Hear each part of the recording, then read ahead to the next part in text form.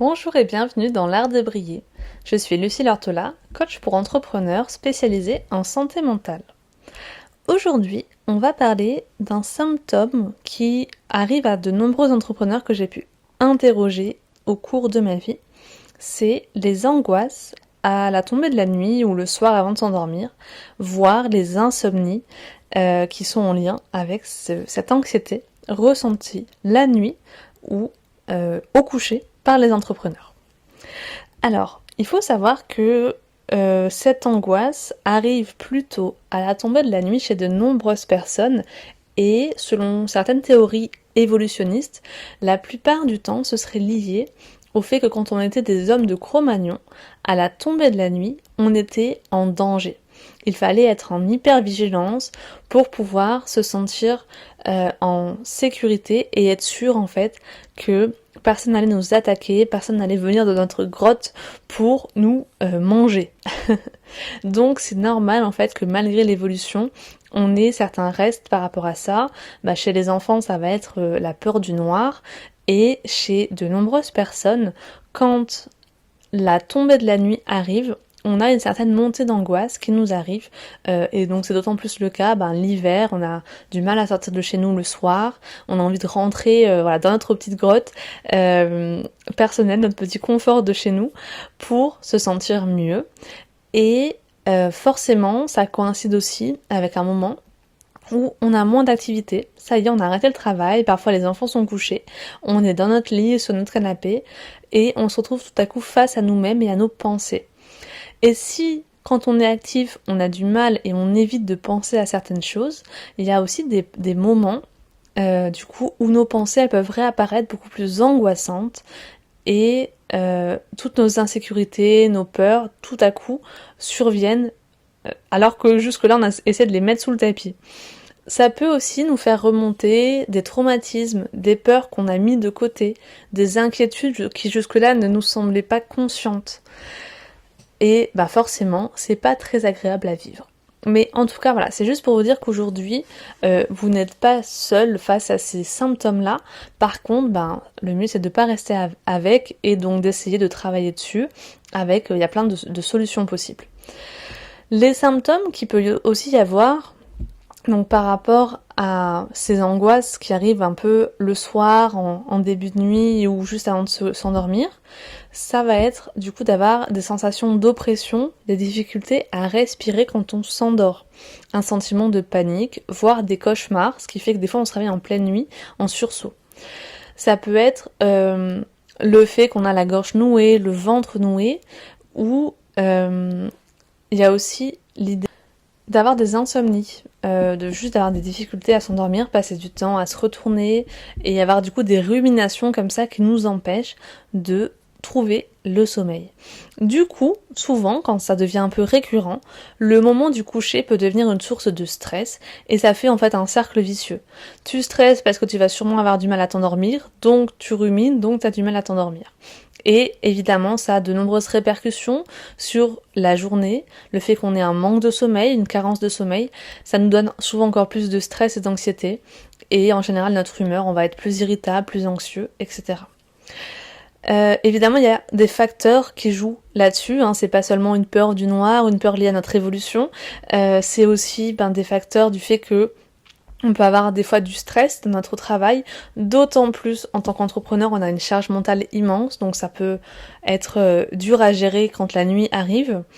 Et si en plus de ça, on a des facteurs de stress dans notre vie personnelle, dans notre foyer, par exemple des disputes, des difficultés avec nos enfants, juste la charge mentale que provoque le fait d'avoir un enfant, ou une surcharge de travail à ce moment-là, ou le fait de se sentir seul pour faire nos tâches ménagères, tout ça, ça peut encore plus amplifier ce phénomène d'angoisse au moment de la nuit qui arrive. Donc, l'idée, c'est évidemment de ne pas rester comme ça, et je vous propose aujourd'hui quelques solutions si vous aussi vous ressentez ce type d'angoisse, donc que ce soit dans votre vie personnelle ou lié à votre vie personnelle ou au fait d'être entrepreneur.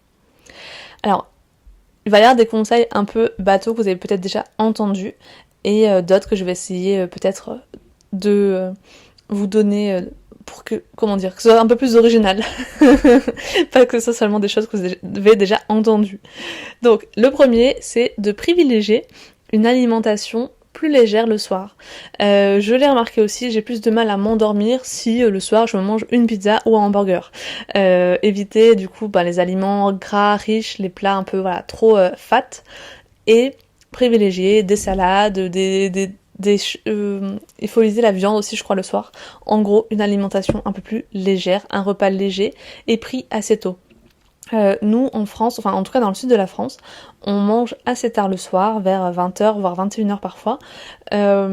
Mais c'est vrai qu'en général, dans les pays du Nord, les gens mangent très tôt, des fois à 17h. Et du coup, c'est vrai que c'est meilleur pour le sommeil, a priori, de manger son repas du soir aussi plus tôt.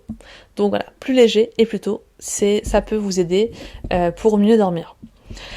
Évidemment, le deuxième conseil, ça va être de pratiquer du sport et une activité qui va vous permettre d'évacuer le stress. Quand on est entrepreneur, je sais qu'on passe moins de temps, enfin souvent, les gens ont moins de temps pour eux, ils se font passer un peu en dernier, et pourtant, prendre soin de votre santé mentale, ça devrait être une priorité pour pouvoir persévérer. Sinon, vous allez tous faire un burn-out, et voilà, c'est fini, fin de l'histoire. Donc, important, si vous aimez faire du sport, n'hésitez pas. Voilà, moi ça peut passer aussi pas forcément par le sport, mais je vais promener mon chien un peu plus longtemps, un peu plus loin que d'habitude. C'est aussi une façon de me vider la tête après le travail. Une semaine sur deux, je rentre, je m'occupe de mon fils parce que je dois aller le chercher à l'école, mais une semaine sur deux, comme je ne l'ai pas, je peux me permettre le soir de faire une longue balade à mon chien après le travail, et souvent ça me fait beaucoup de bien, en plus de lui en faire lui aussi beaucoup. Le troisième conseil que je peux vous donner pour limiter vos angoisses à la tombée de la nuit, c'est de limiter les boissons un peu stimulantes comme le café, le thé, et aussi le tabac vers à partir d'une certaine heure du jour. C'est vrai que quand vous buvez du café après 16 ou 17 heures, en général vous le sentez. Alors les gens vont dire ça ne m'empêche pas de dormir, mais ça peut vous donner cette impression d'être plus angoissé. Donc voilà. Moi, je sais que je suis une grande addict au café et j'essaie de limiter ma consommation, parce qu'en fait, je me rends compte que la meilleure chose, depuis que je suis maman notamment, qui peut m'aider à me sentir mieux quand j'ai mal dormi, c'est juste de faire une sieste à n'importe quelle heure du jour. Parce que le café, en fait, ça ne me motive pas tant que ça, c'est juste une addiction franchement, et ça ne me donne pas plus d'énergie, mais par contre ça a cette tendance vraiment à m'angoisser plus. Donc voilà, prêtez attention un peu à ces symptômes-là, et à votre consommation de café, vous allez voir qu'il y aura peut-être un lien aussi. Autre chose, ce serait aussi de faire des activités relaxantes le soir, notamment du yoga nidra, donc qui favorise le sommeil. N'importe quel type de yoga, vous avez plein de vidéos sur YouTube, des petites vidéos des fois de 10 minutes, mais qui peuvent vous faire un grand bien au moment d'aller vous coucher. Ça peut être de faire aussi des puzzles, de faire de la peinture, de faire des choses en fait où vous réfléchissez pas forcément et où vous videz un petit peu la tête. Mais aussi, de façon plus globale, ça vous permet d'éviter les écrans. C'est vrai que d'être sur votre téléphone portable, d'être devant votre télé le soir jusqu'à tard, ça vous empêche, ça ne favorise pas du tout votre sommeil. Et pour l'avoir testé, quand je fais des détox digitales, c'est-à-dire que je n'utilise plus mon téléphone pendant 24-48 heures. Ça fait très longtemps que ça m'est pas arrivé, hein, ne croyez pas que je sois une warrior, ça fait très longtemps que je l'ai pas fait, mais je me souviens m'être fait cette réflexion que quand je n'utilise pas mon téléphone portable le soir et pendant plusieurs heures, en général, ça permet que j'ai un sommeil beaucoup plus récupérateur, et le matin je me réveille beaucoup mieux dans mes bottes. Donc essayez aussi ça si jamais, faire des petites détox digitales au moins le week-end, vous allez voir que votre sommeil va être beaucoup plus récupérateur. Aussi, n'hésitez pas à écrire tout ce qui peut vous passer par la tête. Faire ce qu'on appelle du journaling le soir, donc vous prenez un cahier, vous écrivez un petit peu vos pensées du jour, vos ruminations, votre source de stress, pour vider ça de votre cerveau le soir, et finir par une note positive, notamment en écrivant vos gratitudes du jour. Quelles sont les choses dont vous êtes fiers peut-être, quelles sont les choses que vous avez aimé faire, voire les choses pour lesquelles vous avez de la gratitude aujourd'hui. Ça, c'est vrai que c'est une habitude que j'avais à une époque et que j'ai plus beaucoup aujourd'hui. Mais en tout cas, celle de vider mon cerveau, oui, ça, j'aime bien le faire. Et c'est vrai que c'est important de noter un peu les choses positives et de se coucher sur ces pensées-là. Le fait de vider son cerveau, en général, ça aide aussi beaucoup à ne pas avoir de rumination au moment de l'endormissement. Et un peu lié à ça, si votre stress, si vos peurs, elles sont liées à la charge mentale, à la charge de travail que vous pouvez avoir. Des fois, je sais que moi, j'ai eu des périodes avec mon entreprise où j'avais beaucoup de clients, beaucoup de rendez-vous à caser et de choses auxquelles penser, ce qui m'a amené une charge mentale importante. Et vu que la journée, t'es dans l'action, bah justement, tu n'y penses pas. Et c'est le soir que tu dis, oh, demain, il faut que je fasse ça. Cette semaine, ah là, j'ai oublié de répondre à cet email. Et cette semaine, il faut que je planifie tel rendez-vous. Et en fait, ça fait que bah du coup vous réfléchissez et du coup ça peut être une source de stress. Donc ce que j'aime bien faire, c'est de prendre un moment pour m'organiser, voir ce que je fais et qui est très utile depuis que je suis maman, c'est de noter dans mon agenda des heures pour faire des tâches administratives que je dois faire, pour répondre à des emails, pour faire la déclaration à la CAF, faire ma comptabilité ou des fois même inscrire le petit pour les vacances au centre aéré. Et ça me permet en fait de ne plus avoir à y penser parce que je sais que c'est noté quelque part sur mon agenda, que je le regarde dans tous les cas tous les jours, donc que je ne vais pas oublier. Ça, c'est une super astuce. En tout cas, moi, c'est l'astuce certainement la plus utile de ma vie depuis que je suis maman pour limiter ma charge mentale. Et le dernier, du coup, ça va être de faire de la cohérence cardiaque. Il y a plein d'applications aujourd'hui qui existent. Je crois que moi, celle que j'ai, c'est RespiCalm. Du coup, vous avez juste, en fait, en respirant, une petite bulle, comme une bulle de savon à suivre sur l'inspiration et l'expiration.